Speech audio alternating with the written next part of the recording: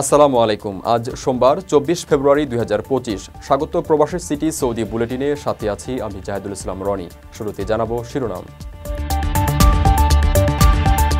সৌদির আবহাওয়া নিয়ে দুঃসংবাদ, তাপমাত্রা নামতে পারে হিমাঙ্কের নিচে। প্রতিষ্ঠা দিবসে সৌদির ঘোষণা, ইমাম বাদশাহদের সম্মানে ১৫ চত্বরের নতুন নামকরণ। ভারতের নাগপুরে জরুরি অবতরণ, যাত্রী ভোগান্তি নিয়ে ব্যাখ্যা দিল বিমান বাংলাদেশ।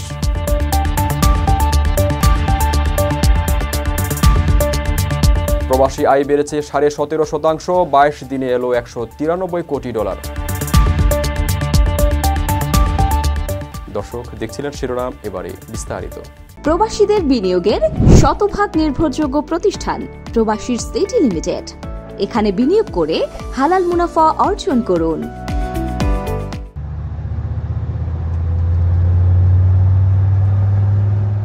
সৌদি আরবের বিভিন্ন অঞ্চলে বয়ে যাচ্ছে শৈত্যপ্রবাহ। সোমবার থেকে শুরু হওয়া এই শৈত্যপ্রবাহের ফলে দেশটির উত্তর ও মধ্যাঞ্চলের বিভিন্ন জায়গার তাপমাত্রা হিমাঙ্কের নিচে নামার শঙ্কা তৈরি হয়েছে। সৌদির আবহাওয়া ও জলবায়ু অ্যাসোসিয়েশন জানিয়েছে, সোমবার থেকে বুধবার পর্যন্ত উত্তর ও উত্তর পূর্বাঞ্চলীয় এলাকা দিয়ে শৈত্যপ্রবাহ বয়ে যাবে, যার প্রভাব পড়বে মধ্যাঞ্চলেও। কয়েকদিন উত্তরাঞ্চলীয় এলাকায় ভোরের দিকে তাপমাত্রা 0 ও মধ্যাঞ্চলীয় এলাকার তাপমাত্রা 4 ডিগ্রিতে নামতে পারে। বিশেষ করে যেসব এলাকায় মানুষের বসবাস নেই, সেখানে ঠান্ডার কারণে পানি জমে যেতে পারে। দেশটির জাতীয় আবহাওয়া কেন্দ্র তাপমাত্রা অনেক কমে যাওয়ার পূর্বাভাস দিয়েছে। বিশেষ করে সকালে তাপমাত্রা কমার পাশাপাশি ঘন কুয়াশারও সৃষ্টি হতে পারে বলে জানিয়েছে তারা।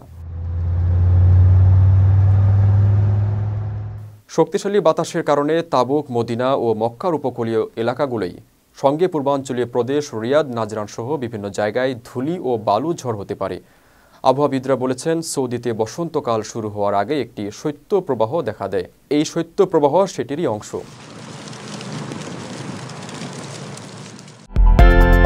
বিদেশ থেকে প্রিয়জনকে উপহার পাঠান প্রবাসী শপের মাধ্যমে। যোগাযোগ করুন স্ক্রিনে দেওয়া নম্বরে।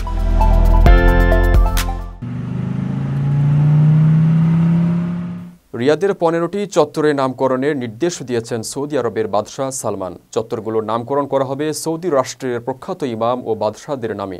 সৌদি প্রেস এজেন্সির সূত্রে আরব নিউজ জানিয়েছে, ক্রাউন প্রিন্স মোহাম্মদ বিন সালমানের প্রস্তাব অনুযায়ী এ উদ্যোগ কার্যকর করা হয়েছে।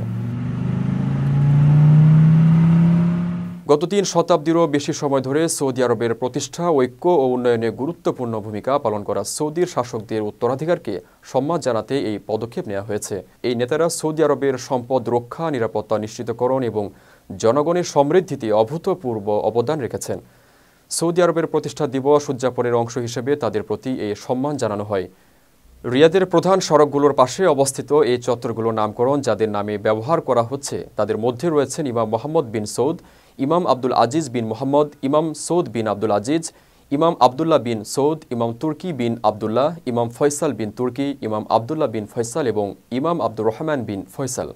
আধুনিক সৌদি শাসকদের মধ্যে বাদশাহ আব্দুল আজিজ, বাদশাহ সৌদ, বাদশাহ ফয়সাল, বাদশাহ খালিদ, বাদশাহ ফাহাদ, বাদশাহ আবদুল্লাহ এবং বাদশাহ সালমানের নামও ব্যবহার করা হচ্ছে। আপনার স্বপ্নগুলো আকাশ ছুবে প্রবাসীর হেলিকপ্টারের মাধ্যমে। বিয়ে, জন্মদিন অথবা যে কোনো বিশেষ প্রয়োজনে হেলিকপ্টার ভাড়া করতে যোগাযোগ করুন স্ক্রিনে দেওয়া নাম্বারে। প্রবাসীর হেলিকপ্টার, নিরাপদ ও সাশ্রয়ী বাহনের বিশ্বস্ত নাম। আমরা প্রবাসী বলে কি তাই বলে আমাদের সাথে এরকমটা হবে? আমাদের বাচ্চা পরিবার ভারতের নাগপুরে দুবাইগামী ফ্লাইটের জরুরি অবতরণ ও যাত্রী ভোগান্তির অভিযোগ নিয়ে ব্যাখ্যা দিয়েছে বিমান বাংলাদেশ এয়ারলাইন্স।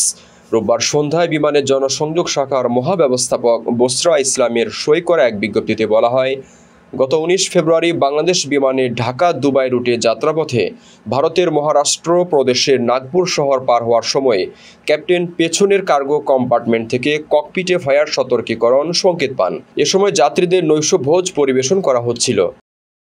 তখন ফ্লাইটের পাইলট ইন কমান্ড নিয়ম অনুযায়ী পদক্ষেপ গ্রহণ করেন এবং উড়োজাহাজ পরিচালনার দিক নির্দেশানুযায়ী নিকটবর্তী ভারতের নাগপুরে অবতরণ করেন। এরপর সব যাত্রীকে উড়োজাহাজ থেকে নামিয়ে নেওয়া হয়। বিমানবন্দর কর্তৃপক্ষ 1 ঘন্টা 20 মিনিটের বেশি সময় ওই 408 জনকে বিমানবন্দর টার্মিনালে নিয়ে যাওয়ার অনুমতি দেয়নি।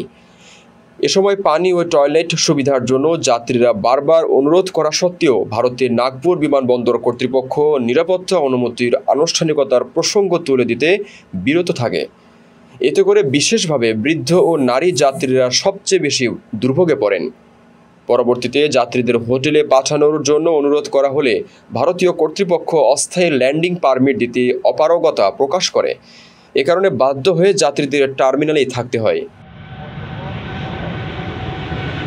বিমানের বিজ্ঞপ্তিতে যাত্রীদের দুর্ভোগের সম্ভাব্য যেসব কারণ উল্লেখ করা হয়েছে তার মধ্যে এটি আঞ্চলিক বিমানবন্দর হওয়ায় সীমিত ধারণ ক্ষমতা কর্তৃপক্ষ কর্তৃক নিরাপত্তা অনুমতির দীর্ঘসূত্রিতা অন্যতম।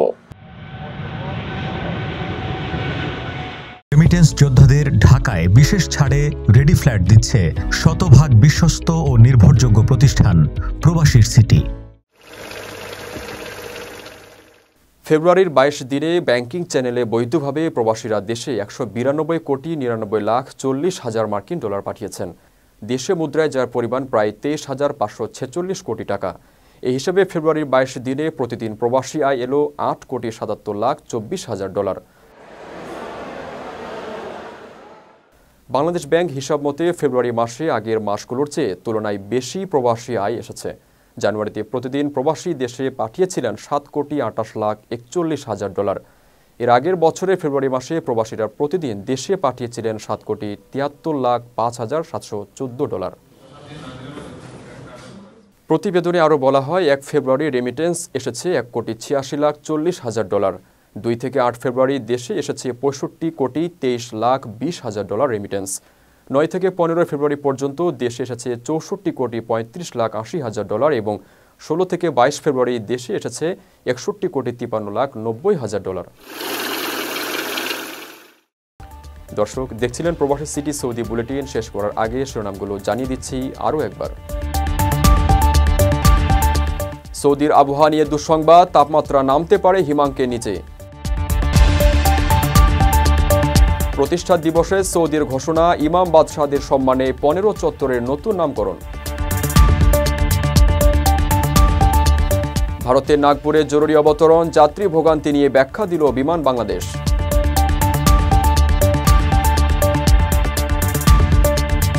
প্রবাসী আয় বেড়েছে 17.5%, 22 দিনে এলো 193 কোটি ডলার। এই ছিল সৌদি বুলেটিনের আজকের আয়োজনে। প্রবাসের সর্বশেষ সংবাদ পেতে ভিজিট করুন www.probastime.net। সাবস্ক্রাইব করুন আমাদের ইউটিউব চ্যানেল এবং চোখ রাখুন ফেসবুক পেজে। পরবর্তী বুলেটিন দেখার আমন্ত্রণ জানিয়ে আজকের মতো বিদায় নিচ্ছি আমি জাহিদুল ইসলাম রনি। সেই পর্যন্ত সবাই ভালো থাকবেন এবং নিরাপদে থাকবেন। আল্লাহ হাফেজ।